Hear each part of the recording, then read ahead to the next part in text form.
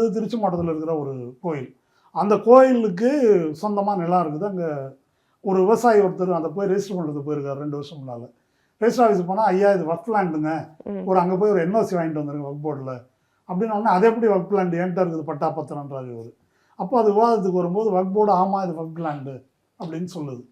இது பிரச்சனையாகி அதுக்கு பிறகு அங்கே கோயில் இருக்குது, நிலம் இருக்குது. என்ன டீட்டெயில்னு பார்த்தாக்கா சுமார் ஒரு 400 சொச்சம் ஏக்கர் நிலம் வந்து வக்ஃபுக்கு இருக்குது. இன்னொரு 300 சொச்சம் ஏக்கர் நிலம் வந்து கோயிலுக்கு இருக்குது. வக்ஃப் போர்டு என்ன சொல்லிடுச்சுன்னா, கோயிலெலாம் நாங்கள் கிளைம் பண்ணல, இந்த நிலம் வந்து வக்ஃப் நிலம், எங்களுக்கு ராணி மங்கம்மாள் கொடுத்தது, செப்பு பட்டயம் இருக்குது அப்படின்னு சொல்லி வக்ஃப் போர்டு சொல்லுது. ஓகே, சரியா? இவங்க என்ன பேசுகிறாங்கன்னா, குலோத்துங்க சோழன் கட்டின கோயில் அது வக்ஃபுக்கு சொந்தமா அப்படின்னு இவங்க பிரச்சனையை வந்து குலோத்துங்க சோழன் மதம் சார்ந்த மாத்திரம். அது 10ஆம் நூற்றாண்டில் கட்டினது. ராணி மங்கம்மாள் வந்து 17-18ஆம் நூற்றாண்டு. அவங்க வந்து முகலாய பேரரசோட ஒரு நெருக்கமான உறவு வச்சுருந்தாங்க. நிறைய கிராண்ட்ஸ் வந்து இஸ்லாமுக்கு கிறிஸ்டியானிட்டிக்கெல்லாம் அவங்க கொடுத்துருக்குறாங்க. அந்த வகையில் அவங்க கொடுத்துருக்க வாய்ப்பு உண்டு. அதுக்கப்புறம் பிரிட்டன் வருது. பிரிட்டன் தான் சர்வே பண்ணி லேண்ட் ரெக்கார்டை கிரியேட் பண்ணுறாங்க. அப்படி லேண்ட் ரெக்கார்டை கிரியேட் பண்ணும்போது இது வந்து வக்ஃபுக்கு வந்து எழுதப்படுது. 54 ரெஜிஸ்ட்ரார் வந்து பிரிட்டிஷ் ரெக்கார்டை பார்த்துட்டு இது வக்ஃப் லேண்டுன்னு சொல்லிடுறாரு. இப்போ என்னங்க செய்யலாம்? 4 ஆட்சி மாதிரி இருக்குது. குலோத்துங்கன் ஆட்சி, அதுக்கப்புறம் ராணி மங்கம்மாள், பிரிட்டிஷ் ஆட்சி, சுதந்திர இந்தியா. இப்போ இதை வந்து ஒரு இந்து முஸ்லீம் பிரச்சனையாக மாற்றுகிறார்கள்.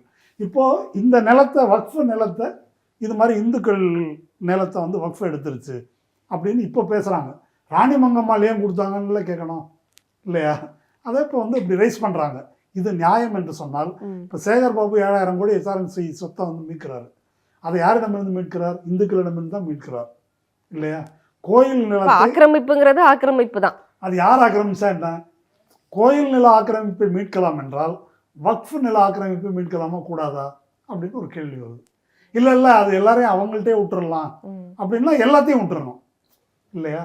அதை மட்டும் எடுக்கணும், இதை எடுக்கக்கூடாது என்று பேசுவது என்ன வகை நியாயம்? அதனால தான் என்ன பிரச்சனை அப்படின்னா, வரலாற்று ரீதியாக இருக்கக்கூடிய இந்த விஷயங்களை இன்றைய இந்து முஸ்லீம் பிரச்சனையாக மாற்றுவது இருக்கு இல்லையா? இன்னைக்கு கான்டெக்ட் மக்களுக்கு வந்து வரலாறுலாம் புரியாது. ஒரு காமன் சென்ஸில் ஏன்பா கோயில் இருக்குது, அந்த இடம் வந்து வக்ஃபுக்கு சொந்தன்றாங்க, இது என்ன அப்படின்னு கேட்டால் அவ்வளோதான் இவங்களுக்கு தெரியும், மேலோட்டமாக தான் தெரியும். அப்படி ஒரு இந்து முஸ்லீம் பிரச்சனையை உருவாக்குவதற்கான ஒரு அடித்தளத்தை, ஒரு வெறும் சொத்தை மட்டும் பறிக்கிறது இவர்களுடைய நோக்கம் அல்ல. இப்படி ஒரு கான்ஃப்ளிக்டை, பாபரி மஸ்ஜித் மாதிரி கான்ஃப்ளிக்டை இந்தியா முழுதும் உருவாக்குவதற்கு இல்லையா, அதற்கான வாய்ப்பு இதில் இருக்குது. நான் எப்படின்றது சொல்கிறேன்.